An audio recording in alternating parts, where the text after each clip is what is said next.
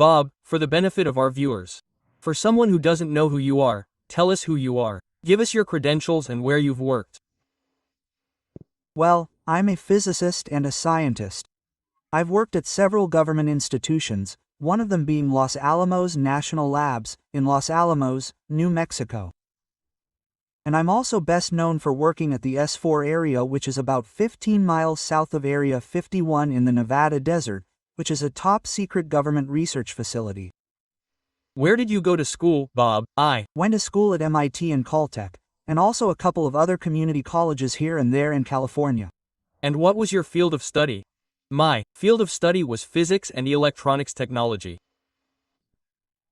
And when you were working for these different facilities before you went to S4, you didn't have any connection to flying saucers, did you? No, I had no connection at all. In fact, I didn't even believe in them. I thought it was just, the ramblings and ravings of crazy people, more or less. When was the first time that you really started to believe or become interested enough in the subject to want to go somewhere and maybe work with them?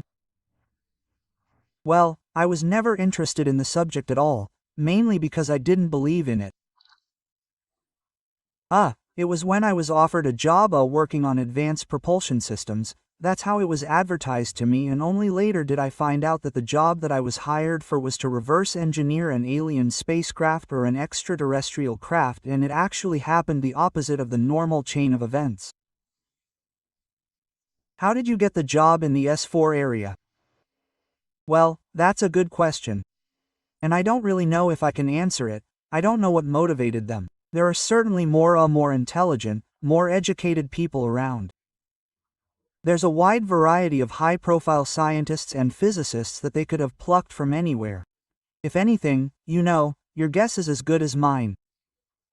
I don't really know why I was chosen. I didn't really have any connections as such, but I did know a couple of people who were also involved in the project. I didn't really know they were at the time, but, they could have mentioned a name and, it could have ended up that way. Do you think Dr. Tear could have had anything to do with it? It is a considerable possibility. On one occasion while I was working at Los Alamos, I went to see one of his lectures, and I arrived early and he was outside. And coincidentally, at that particular time, I was on the front page of the newspaper that he was reading. And he was reading an article about a little Honda Civic that he had converted to run on jet power, and I introduced myself and explained what I was doing, and, a few years later I sent a resume to him and to other national labs when I decided to get back into the scientific field after I moved to Las Vegas, and, It is substantially possible that he had something to do with it. He referred me to somebody at GNG, which in turn led to the job at S4. When did you actually see the first vehicle or craft or artifact that you could tell for sure wasn't made on this planet? Well, I probably saw it the second or third time I went to the facility. And at that point I wasn't convinced that that was what the craft was. When I first saw it I thought it was a very advanced, next-generation craft made in the United States. And in fact that would explain all the UFO sightings. And it wasn't until later that I discovered that that wasn't the case, when I started getting documentation on the craft and was actually able to get inside it and find out what the scope of the project was. But I had seen it before, but I didn't really know what I was looking at. And what was the scope of the project? What were you supposed to do with this craft? Well, the scope of the group there, the people at S4, was to reverse engineer, essentially take it apart and figure out the manufacturing process and the materials used to produce this craft, this flying saucer. More specifically, my group consisted of myself and one other person. His name was Barry, who was in charge of the power and propulsion system of the ship, and we were to reverse engineer that. We were to see if the power and propulsion system could be duplicated and if it could possibly be duplicated with Earth materials as opposed to whatever exotic, foreign materials we might have found. When you saw that ship and you realized that it was an alien ship, Did it bother you in some way to know that here was a vehicle from another system right here on planet Earth?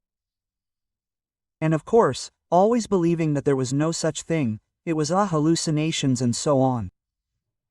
What was your inner feeling when you were faced with the reality that everything you had believed in before was gone and you had to look at things in a whole new way? Well, that's actually a good question. A lot of people have said, wow, that must have been exciting. And it really wasn't. Because the feeling really came over me when I was allowed to go into the ship to see the placement of the subsystems that we were going to be working on. And it wasn't a feeling of excitement at all. It was a very ominous feeling, a feeling, as I've said before, that you shouldn't be there. It's very hard to convey, but it was a really overwhelming and strange feeling that I had.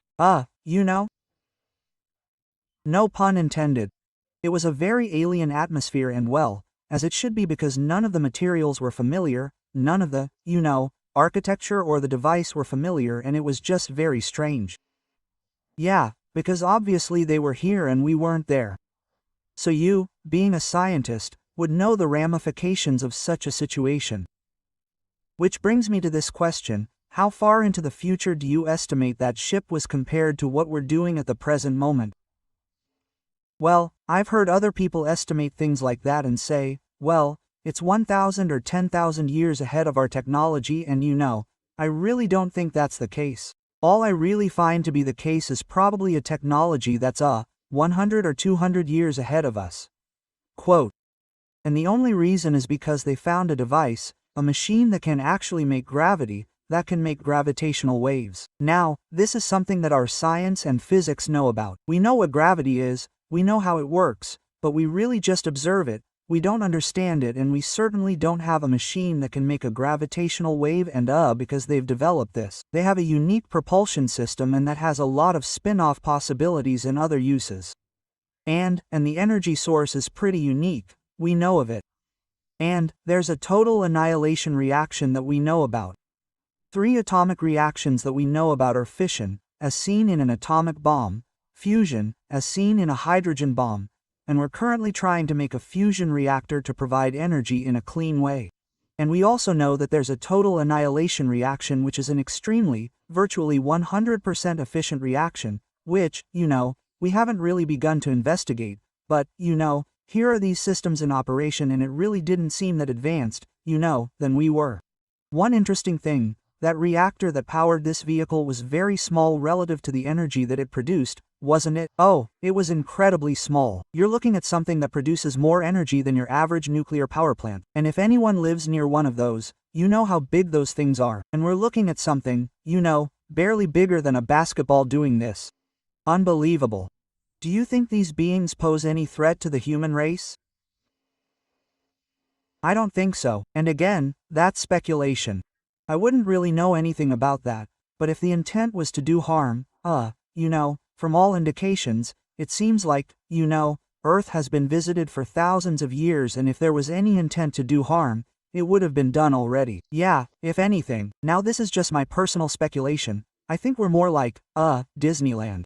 Interesting to watch. But I don't think there's any actual direct interaction. There could be, but I don't see any evidence of it. Why not? Why doesn't the government just come clean about this? Because there's so much speculation about it, there's so much misinformation out there. Why don't they just come forward and say, this is what's going on, it poses no threat and it's something that people are just going to have to live with? Well, it's hard to do that. First of all, if they were going to be completely honest, they would have to admit that they knew this was happening for as long as 50 years and in the meantime they've been spreading disinformation and lies about events that have happened. So they're not going to come out and say, we've been lying to you for 50 years. So there's a problem there to begin with. Even if they were to come out today and say, well, we discovered a couple of things and, this is what we discovered. That's because these systems are advanced and they serve a really unique function.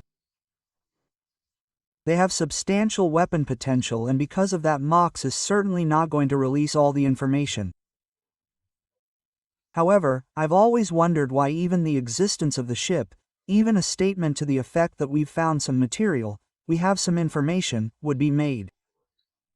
A lot of this is about national security. However, we can verify the existence of life, life somewhere besides Earth and the technology that we have and maybe release a little bit of information here, but they're not even doing that.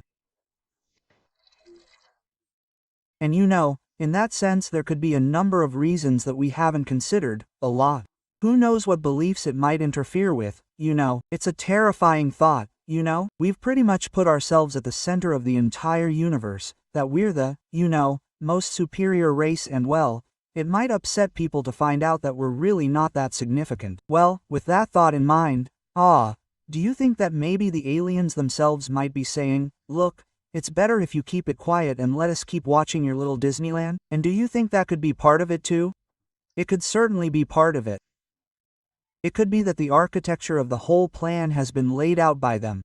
Who knows what kind of communication, if any, we've had. But then again, your guess is as good as mine on that one.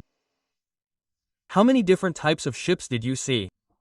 Only one, other styles? Well, there was one ship that I worked on. That ship was very sleek, slim looking compared to the others that were there. There were 9 ships. I nicknamed this one the Sport Model because it looked like a very sleek 50s style flying saucer and the name pretty much stuck and people were using that name. I don't really know much about the other ships, other than the fact that either accidentally or just a coincidence that I saw them once. All the hangar doors were open at a particular time when I was there and normally they were closed, but for the most part the only information I have is about the particular ship that I worked on. So, you have no idea if the other ships came from different systems or if they were all from the same system. You have no idea about that? Well, I know for a fact that the power and propulsion systems on all of the ships were the same. So, that says, now you have to start speculating that, number 1, either they all come from the same manufacturer, or number 2, somebody's subcontracting parts and, your mind can wander to this because you see, obviously, a vehicle like this is produced, well, there must be a factory somewhere and, eventually, your mind just goes with you and you have to draw the line somewhere. Well, of course, there may be a day when we buy the reactor and the system and the components from this big galactic company that has exclusivity. Maybe there's some kind of patent on this thing, right?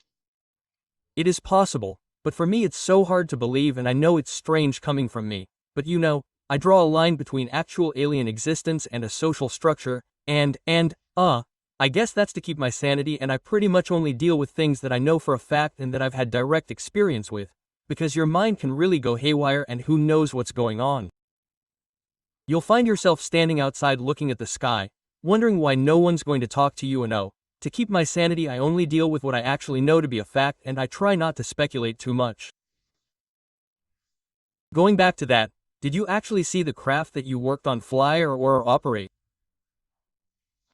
Yes, I did on one occasion up close and on several occasions from about 10 miles away. On one particular occasion there was a test flight in progress. They came to get me to witness a short flight and I stood in the hangar door and the craft lifted off the ground, which was an incredible sight in itself. Something about 52 feet in diameter. It lifted off the ground almost silently, moved around a little bit, and landed back down, but that was the closest operation that I could see. Can humans duplicate that vehicle? At the time I was there, that wasn't even in the realm of possibility. How about, can they fly them? Could they fly them? Well, there was a test pilot flying the craft, so apparently we had developed the expertise to at least lift the thing off the ground and move it. As far as taking it a great distance or getting it out of the atmosphere is something I don't think is going to happen. This is, a valuable asset in operating an alien spacecraft and, things change when you get out of the atmosphere, things like the fact that there's no air outside, the fact that there's not exactly a 100% chance that you're going to be able to bring it back now. So, I don't think they're flying to Jupiter and looking at planets. I think they're very careful about it. They're just testing it and continuing to do that for an extremely long time.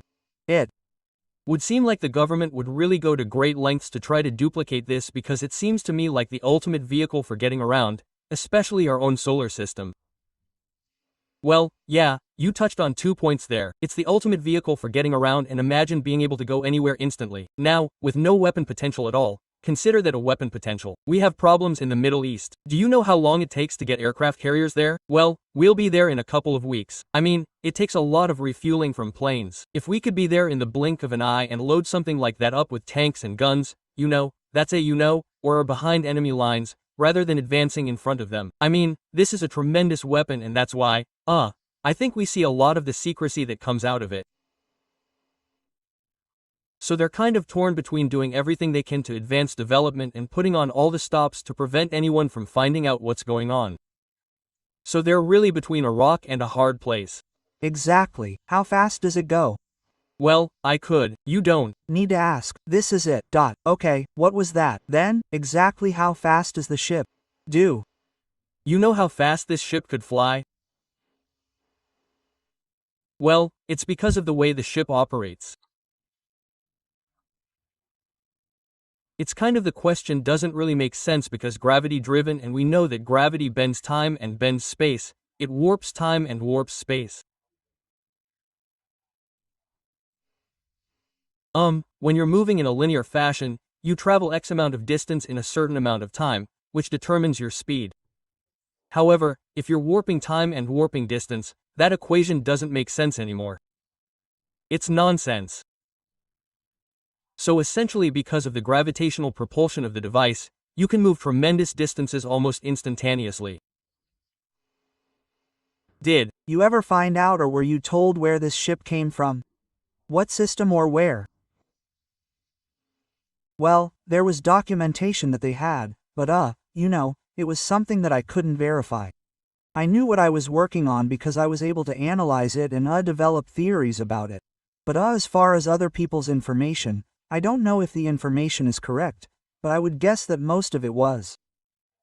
If in fact it was, they claim that the ship came from the Z-Reticuli star system. It's a star system called the Reticuli, I believe, and it's visible only in the southern hemisphere, so don't bother looking for it if you're in the United States, but it's about 32 light years away, which is a tremendous distance, considering that even if you were traveling at the speed of light, it would take you 32 years to get there and 32 years to get back, which of course we can't, a speed that we can't even reach right now. Of course, this ship obviously goes back and forth faster than that. Well, it must be and because of the assumption in number 1 it's small. Number 2, there's no storage for anything like food. There doesn't appear to be any waste area. There doesn't even appear to be any cargo space. So wherever it came from there really fast, That's another reason I called it the sport model. It has no luggage space, kind of like a dragster. Exactly. It has no bathroom, it has a pass. Right, it has a specific function, to get from one place to another as quickly as possible. And that's what it seemed like at the time. It sounds like either you were taken off this project or you just left the project or the project was completed. Now we're in a long story. I never specifically quit.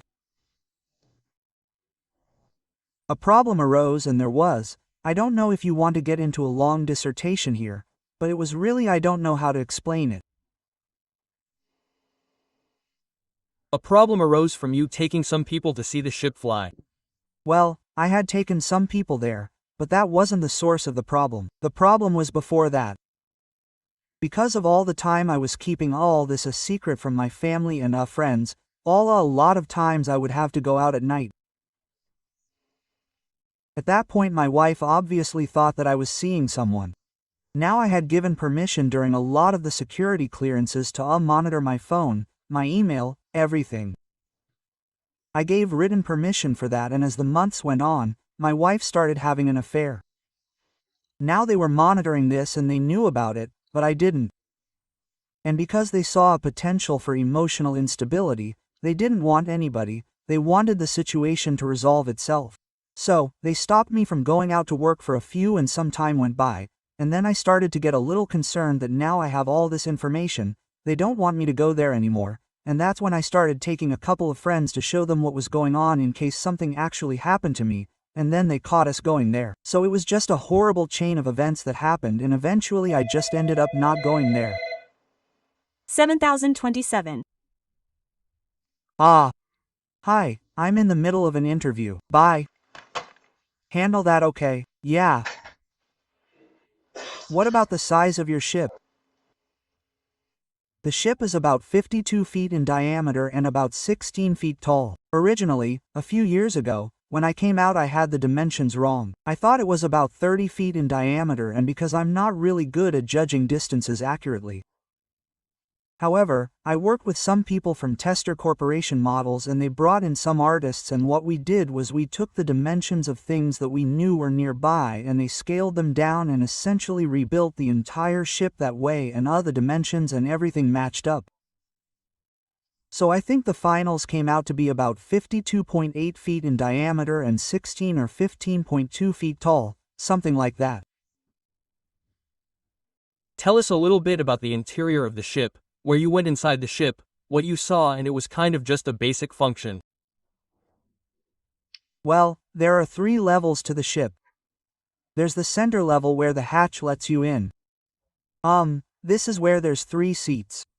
Right in the center of the ship is the reactor that powers the ship. Surrounding the reactor are 3 gravity amplifiers. Those provide the power and the field that propels the ship. On the lower level are the actual waveguide antennas, horns, whatever you want to call them, that actually emit the gravity wave. They hang in a triad on the lower level of the ship and they're movable. On the top of the vehicle are little black portholes, we've called them that. Now, I don't know exactly what's on that level, but I firmly believe that that's the navigation system, and those porthole-type devices are actually sensors that determine the ship's orientation in space, or so it can tell whether it's by stellar fixes, or landmarks, or who knows what, or some system that we're not familiar with, but that's how the ship determines its orientation and position in space. How was the construction of the different components? What was it like? It was bolted, snapped together, velcroed together. How it was put together. Well, it was actually fascinating that there were no seams. There were no visible seams that there could be. There were no fasteners, no rivets, no screws. Everything had the appearance of being injection molded. All the different systems that were connected together were completely smooth and connected, as you would see, in a large plastic injection molding, or there really was nothing that was discernible as a fastener or a seam to me anywhere. Well, that sounds like a technology that I would love to see in Top Fuel. There would be some really cool things, directions that we could build in with those types of things. Oh, that's for sure. Bob, judging by the size of the ship, the height of each level, the size of the seats, what would be your estimate of the size of the being? Judging by the seat and judging by the height of the ceiling, the height of the being, it probably couldn't have been more than 4 feet, and that's about the maximum, because when you get into the ship you're completely hunched over. In fact, you have to practically crawl, but you're completely hunched over until you get to the center of the ship. So it's certainly not our size, more likely half our size. 3.5 feet would be more realistic, and the seats are tiny. Oh, yeah.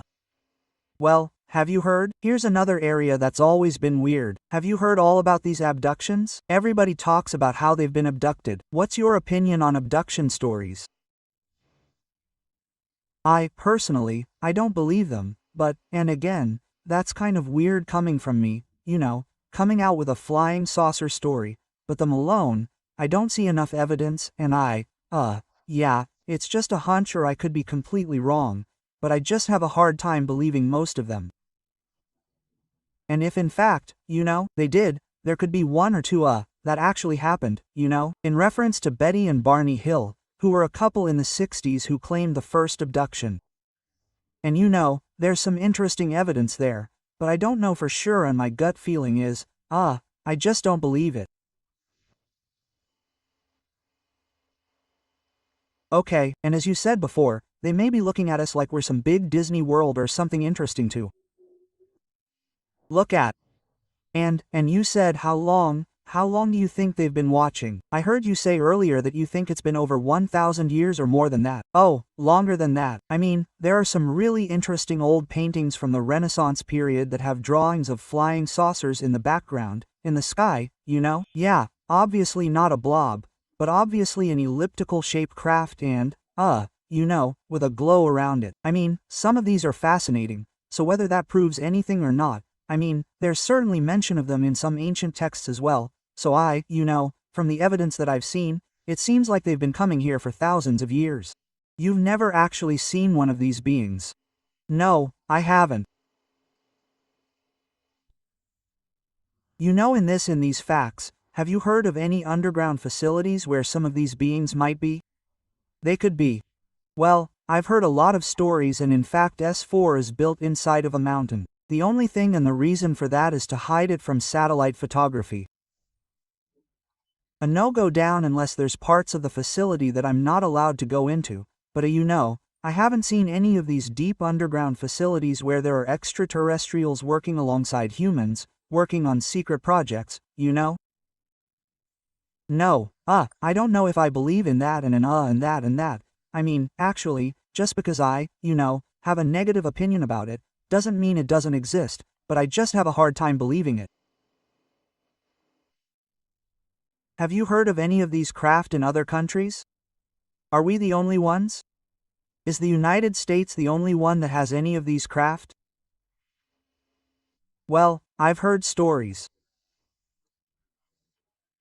I don't really keep up with all the UFO information, but one that caught my attention was there were sightings in Sweden, I think in the 70s and early 80s by a farmer named Billy Mayer. And the reason it caught my attention is that the craft looks exactly like the one I was working on. He has some fantastic photographs of it. Now people are claiming that the photographs are fakes and so on. However, they look pretty good, and on top of that it looks exactly like the craft that I worked on. So if it was a fake photo, the chances that they built a model that looked exactly like the real thing are slim, so it's possible that the ship was there or that we were testing it ourselves and got it there, although I doubt it, but it got my attention. Okay, did the government give you any trouble coming out and discussing this? Oh, initially there was a big problem with it and there were threats and stuff, but over time once it started airing on TV, in fact, the first day they shut down the news here in Las Vegas and aired it. After that it was pretty much a hands-off approach. Bob, obviously this whole thing was top secret information when you were working on this project, and then the news started releasing the information to the general public. Did you have any trouble with the government when this happened? Well, initially, before it hit the news there was a big problem. There were a lot of threats and stuff like that. It even bothered a lot of my friends.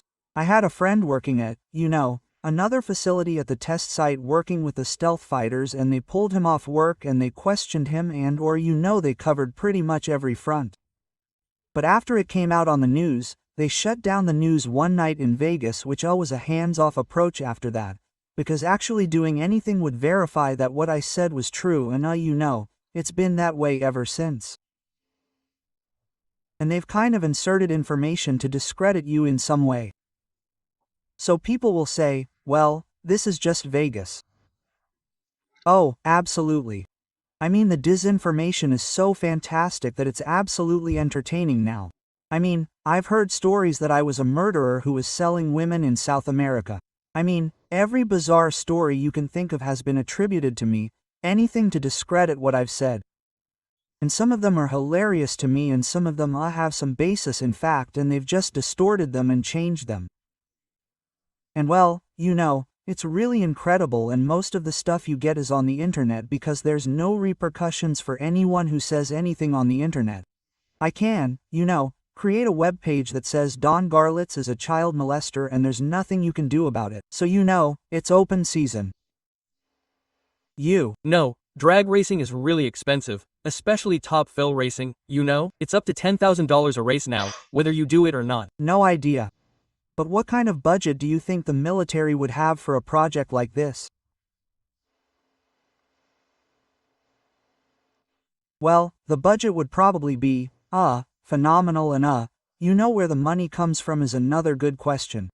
It was probably originally funneled through part of the Star Wars budget, but it's obviously labeled as a black project, meaning it has no real accounting, it just sucks money from other places, with no paper trail. But I imagine the budget is pretty substantial. Where did they find the ship? Do you know where this ship came from? Did they ever tell you where they found the ship? No, I don't know if it was found, given away, or dug up in a hole somewhere. The only information I had was just the little note that they gave us that the ship had originated in the Z, Reticulan star system, and that's all I know. But it wasn't damaged in any way, so it wasn't, obviously it didn't crash. No, I don't think it crashed. It was in perfect working order. Did The people that you worked for feel that we had the ability to catch up with this technology? Oh, absolutely. And that was part of the intent, to take our technology to the next level and duplicate it. And that was the big push, not just to duplicate it, but to duplicate it with materials that we had and that we were familiar with. And I only knew what happened up until 1989, It's been 10 years now, and wherever the project is operating. We know it's no longer near Area 51, but hey, they may have moved on a bit. We know they didn't stop work, right? You're right.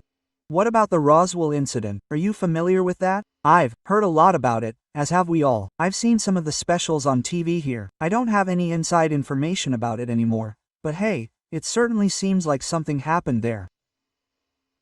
Well, over 300 people have come forward to say they saw the ship or the crash site or they saw a being.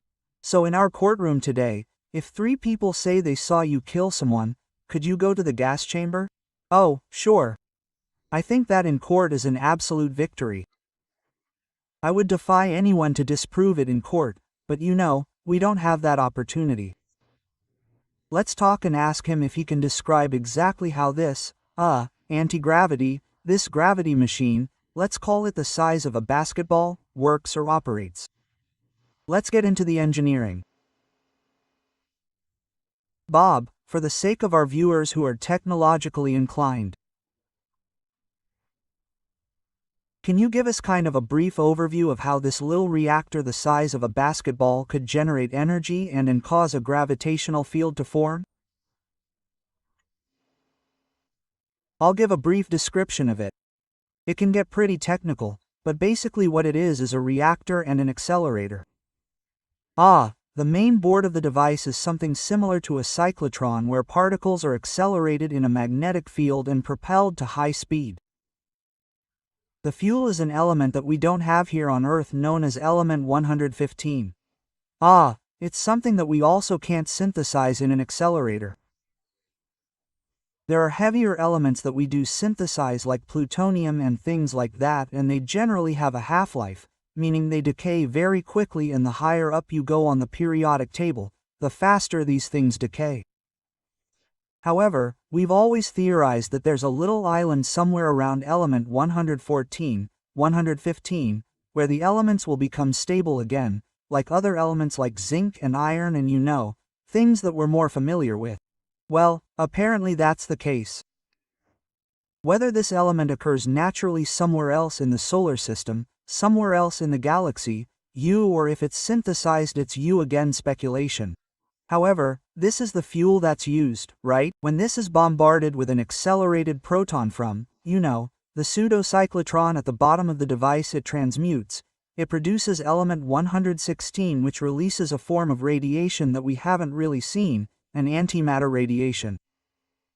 And while antimatter sounds like something out of Star Trek, it is, something that we produce in small quantities, in accelerators. It's a particle with an opposite charge and a spin to normal matter. The reason antimatter is so interesting to us and has been so interesting in science fiction is that when antimatter reacts with matter, when antimatter comes into contact with matter, it releases 100%. It's almost a total conversion of that matter to energy with virtually nothing left over. Now, in all other fusion and fission reactions, you typically see an efficiency of about 0.8%, about 8%. Here's 100. Do you know how much energy those reactions release? This is a 100% efficient reaction. So what happens is this particle is accelerated, it interacts with the element, it produces this antimatter radiation. It's simply antihydrogen that it's producing, and this reacts with a target of gaseous matter. When they react, they produce, a small explosion, a tremendous amount of heat, and how that heat is converted to electricity is a thermionic generator, which is something similar to a thermocouple. It's something that when it heats up, whenever you put thermal energy into it, it produces electrical energy. However, the devices that we power spacecraft with, we actually use that probe that just went to Saturn, the Cassini probe. It had 70-something pounds of plutonium in it and it used a thermionic generator, but ours are not nearly as efficient. This is again virtually 100% efficient. The reactor itself doesn't even get hot when it's operating. That's how the reactor produces a huge amount of electrical energy. It also produces because of element 115, which has a unique property, that this gravitational field extends beyond the perimeter of the atom, and again we can get into, a lot of particle physics where there are some forces that are mislabeled, but this field that the element produces is amplified in a very similar way to a microwave. In fact, the microwaves are transmitted through waveguides, which are like tubes, and that's very similar to how this is amplified, and it's also transmitted essentially through tubes, through waveguides throughout the ship and focused, amplified and used for propulsion. It sounds interesting. Yeah, it gets pretty complicated, but it's a fascinating technology. That has to be the biggest story in human history. Why has the mainstream press completely stayed out of it? And you know how they love big stories. It's a dangerous story. It's like reporting on Bigfoot because there's not a lot of evidence. Once you leave a project like that, you don't walk away with drawings and descriptions. For the most part they pretty much erase your record. And I know it sounds like Mission Impossible, but even the places I worked that denied that I was ever there. It's a huge deal, and without proof nobody wants to be embarrassed. So you don't get the mainstream media to cover this until there's more evidence, more proof. Even if you could get 2 or 3 scientists to come forward, that still wouldn't be enough. People want hard facts. They want things they can photograph, things they can touch, and things they can verify. And because of the secrecy involved, even if that were about to happen, it would be, he would be squashed by the government under the guise of national security. No, you can't air that special. No, you can't do this, and so on. So I don't think it's going to come out until they decide they want it to come out. I think so. The American people can handle a lot. It may not be what they want to hear. It may interfere with a lot of their current beliefs. But we adapt to everything. We really do. I think they're really underestimating us. That probably goes for the rest of the world too, don't you think? Absolutely. The next room you have here, sir, looks like a chemistry lab or something. Oh, yeah, that's the lab. Okay, I want to ask you about what's in the next room that looks like a laboratory. There have been millions of sightings. My wife and I have seen a couple of things ourselves that were absolutely unexplainable. What are your thoughts on all of these sightings? There are so few actual photographs and most of them are blurry.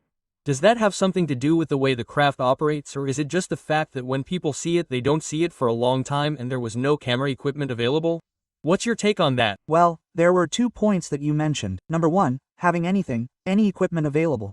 Usually, a sighting is exactly what you say. A sighting is an event that happens and it's over. How many photographs do you have of car crashes? How many photographs have you seen of car crashes? Other than at the racetrack, because we know something's going to happen. But just on the highway you never get one. Yeah, that's true. It's because the event happens and it's over. Now, the only reason you know about it or the news crew gets there is because it's there after it happens. But the crash itself, there's no photographs because it's a fleeting event. Any fleeting event, that's something you don't see. And a lot of people insist on that by saying, well, there's no photographs of them flying. Well, it happened for 2 seconds. What do you want from us? Quote, even if you have a video camera in your hand, who's to say you're going to be, watching the thing? On top of that, because these ships operate using a gravitational drive, the gravitational wave, gravity itself distorts light, space, and time. And all of that sounds like science fiction again and, kind of hard to believe, but we know it. We know that gravity bends light, it bends space, and it bends time.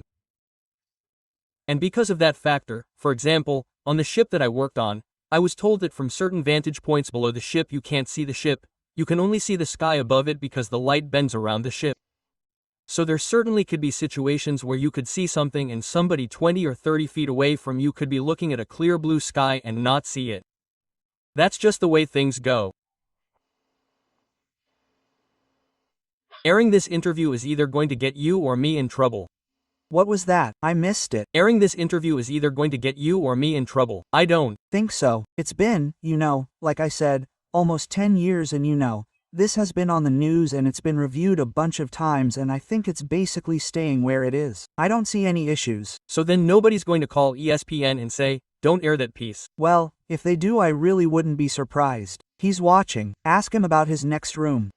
Bob, what's in the next room over here? Oh, that's my lab.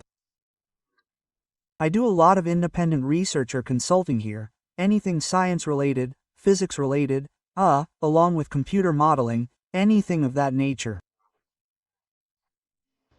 You told me that you were designing or had done the computer work on a rocket car that's going to go 900 miles an hour. Well, I have a friend, his name is Waldo Stakes and he and a rocket engineer, Ken Mason, built this car and I think this winter they're going to start racing it. It's called the Sonic Wind and it's programmed to go over 900 miles on ice. My word. I think the high-speed record is only 200-something miles an hour. So I did a couple of simulations on my computer just to see how it would work, but it should be very interesting to see that. It's a liquid oxygen rocket, a low-ax alcohol rocket. In fact, the rocket is a professor of a rocket. It was an Atlas, one of those old rockets from the 50s, but it's quite a machine. I'd like you to see my Swamp Rat 32 and 4 and see how it looks aerodynamically here because you have a lot of experience in aerodynamics. Yeah, to some extent. I saw if I was on the right track and maybe there was also a little bit of some advice in there. Well, it wouldn't hurt to run it through the computer. I think we'll do that. Well, Bob, it's been great talking to you and thanks a million. I know, for me and all my fans, we really appreciate you doing this interview. It's certainly been enlightening. Well, it was a pleasure. Well, on that note, tell us what you knew. Tell us a little bit about the meeting room with you because you had that on your tape. Tell us a little bit about what happened when you went into this room. Tell us about the meeting room and some of the things that happened in there. There wasn't much, it was a small room. I was left with essentially a bunch of reports, 120 something, I can't even remember how many. And they basically just contained a little overview of each satellite project that was going on. So we all knew about each other's existence, we just didn't know specifically what they were doing. For example, there was a group that was dealing with the metallurgy of the ship, there was a group that was dealing with, pretty much every aspect. So again, it just gave us an overview of what was going on and kind of named some of the projects like I'm sure they had specific information about their project and just kind of had a little bit of an overview of what our group was working on. So that was basically it, just reading a lot of that along with some of the other information that was apparently gathered from the ship or information that they had learned in the past. So what can you tell us about any bodies of alien beings? Well, apparently there were some somewhere. There were some autopsy photos of a being. Now, I don't know if that had to do with whether this was something that was unique to the history of the project or if it was something that was there or if it was something that had to do with, this ship. But of the 2 photographs that I saw, there were only 2 there. It was a small being with just the chest showing and the chest was cut into a T shape with the skin removed and it was the thing. It had just one central organ, like that looked like, have you ever seen a liver in the supermarket? Kind of like a brown almost liquid looking thing, but it had just one central organ. And then the next few photographs showed the organ bisected and it looked like all the organs that you normally have had just grown together. There was a section of it that apparently pumped blood, another section that processed air and it just seemed to be, a single organ instead of little separate units here and there, but it was, and again, there was no information with it, we were just given the information knowing about it, just in case some information might help us determine, what our particular project did. For example, we were working on the power and propulsion system. There was no reason for us to have a tour of the interior of the ship, however, perhaps the location of the reactor was important to its operation, so we had to see where it was. We had to see, some satellite stuff around what was happening. No,